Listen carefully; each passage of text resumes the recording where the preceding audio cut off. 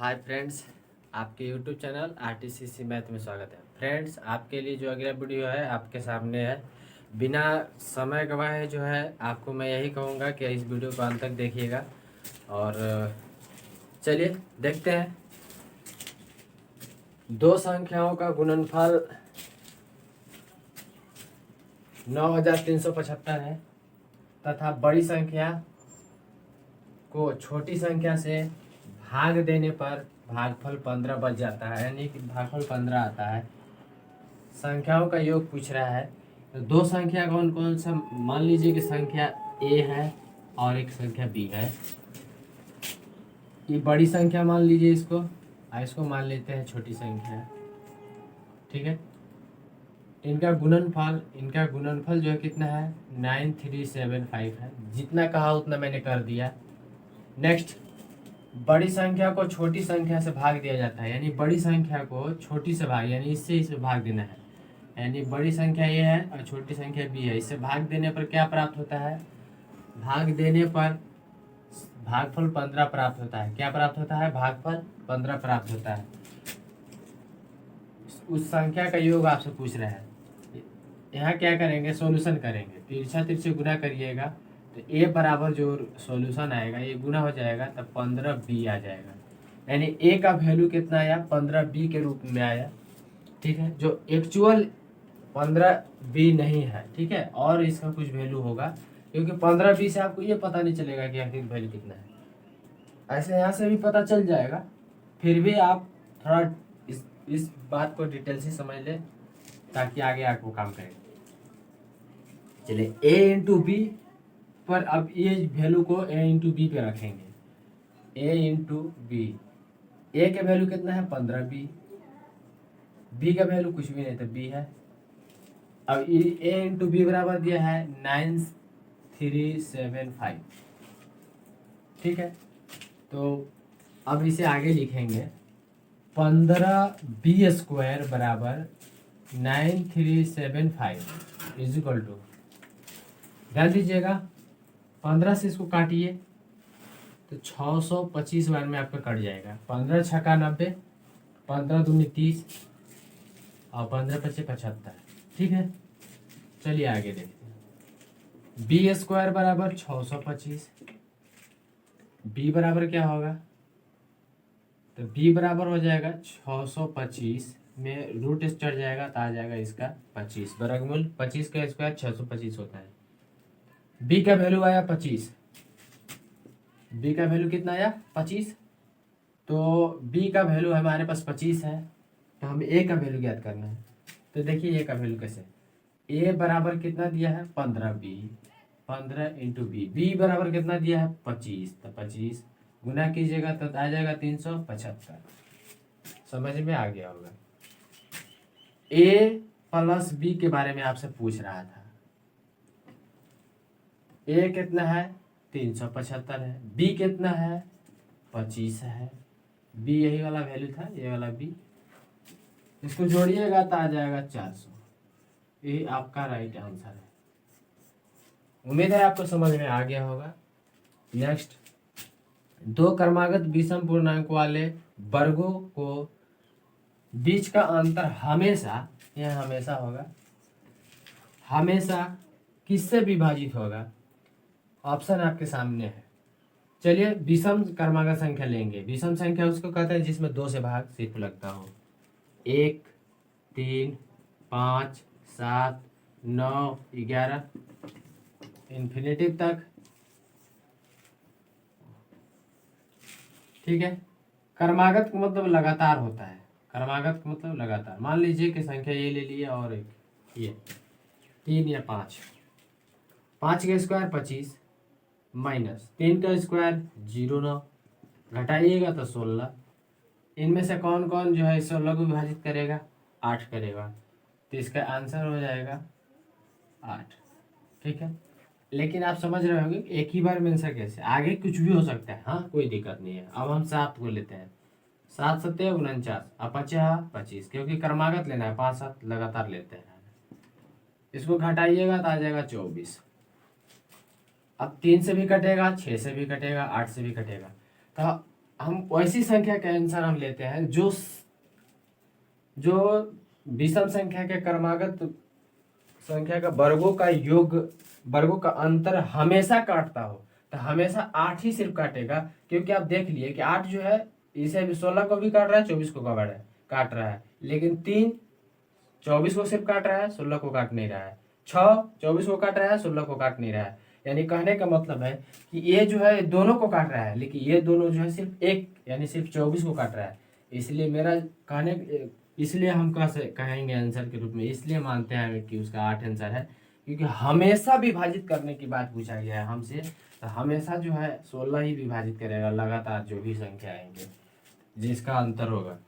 Next 8 के power 20 दिया हुआ है, तो इसको हमको अभाज्य गुणनखंड के रूप में तोड़ना है। तो अभाज्य गुणनखंड का मतलब होता है एक सम एक विषम, ठीक है, या जिसका मौसा एक हो, जिसका मौसा एक हो। ध्यान दीजिएगा कैसे, 2 के पावर 3 गुणे 20, यानी 8 को कितने खंड किया जा सकता है, गुणनखंड किया जाता है, तो 2 के पावर 3 के रूप में 3 गुणनखंड किया जा सकता है। अब तो बहुत लोगों को तो समझ में नहीं आया, प्रॉब्लम हो गया होगा। यह तो सम संख्या है साहब जी, जरूर 2 सम संख्या है, लेकिन यहाँ आपसे कहा है अभाज्य संख्या। तो अभाज्य संख्या आपको पता होना चाहिए कि सम संख्या में भी आता है और अभाज्य संख्या में भी आता है, क्योंकि अभाज्य संख्या कहता है, इसका परिभाषा है वैसी संख्या जिसमें एक और स्वयं के अलावा, वैसी संख्या जिसमें एक और स्वयं के अलावा अन्य तीसरी किसी संख्या से भाग न लगे, उसे हम क्या कहेंगे, अभाज्य संख्या कहेंगे। तो एक और स्वयं के अलावा तीसरी और से नहीं लगा, 2 एक ही ऐसी संख्या है, ठीक है, 2 एक ऐसी संख्या भी है जो एक और स्वयं के अलावा तीसरा से कोई भी भाग नहीं लगता, इसमें किसी संख्या से भाग नहीं लगता, इसलिए अभाज्य संख्या है, इसलिए इसका अभाज्य गुणनखंड हुआ, ठीक है। नेक्स्ट 15, तो 5 गुने यानी कि 3 गुने 5, हम इसका भी पावर 24 लिखेंगे, इसका भी पावर 24 लिखेंगे, ठीक है। नेक्स्ट 17 आप जान रहे हैं नहीं टूटेगा, यानी कि उसको जस के तस है। हमसे पूछ रहा है संख्या कितनी होगी, 20 तिहाई 60, क्योंकि आप जानते हैं पावर अगर ब्रैकेट में साथ ही एक साथ हो तो गुना होगा और दूसरे के साथ हो तो मल्टीप्लाई होगा, ठीक है। तो 20 तिहाई 60 प्लस 24 और 24 दोनों का पावर 24 24 है, पावर जुटेगा 24 24 48 यानी कि 48। अब आपको थोड़ा सा दुख हुआ होगा, यहाँ पे तो आप डायरेक्ट गुना कर दिए, यहाँ पे क्यों ऐसा किए, तो मैं यहाँ भी कर सकता हूँ, क्यों कर सकता, लेकिन कारण है कि दोनों का आधार जो है अलग अलग है, यानी 3 के पावर 24 भी होगा, 5 के पावर 24 भी होगा। समझ में आ गया होगा। आगे देखिए, प्लस 17 के पावर 15, अब इस 17 के पावर 15 है, यानी कि हम यहाँ सिर्फ 15 लिखेंगे, ठीक है, क्योंकि एक ही बार है, सिर्फ एक, इसका गुणनखंड नहीं टूट सकता है। नेक्स्ट ध्यान दीजिएगा, 8 5 13 के 3, 5 और 6 11 1 हासिल 12, ये आपका हो गया आंसर। मुझे उम्मीद है आपको समझ में आया होगा। नेक्स्ट देखिए, 2 के पावर 50 दिया हुआ है, हम इसको ऐसे रूप में तोड़ेंगे जो सभी इक्वल नंबर को अलग कर देंगे और बाकी जो बचेंगे उसमें से हम बड़ी संख्या निकाल लेंगे। जैसे 2 के पावर यहाँ लिखा हुआ है, ध्यान दीजिए, 2 के पावर 5 इंटू 10, 3 के पावर 4 इंटू 10, 4 के पावर 3 इंटू 10, 5 के पावर 2 इंटू 10, यानी कहने का मतलब सब में 10 बराबर है, तो सब में 10 हम हटा देंगे, कॉमन कर लिए।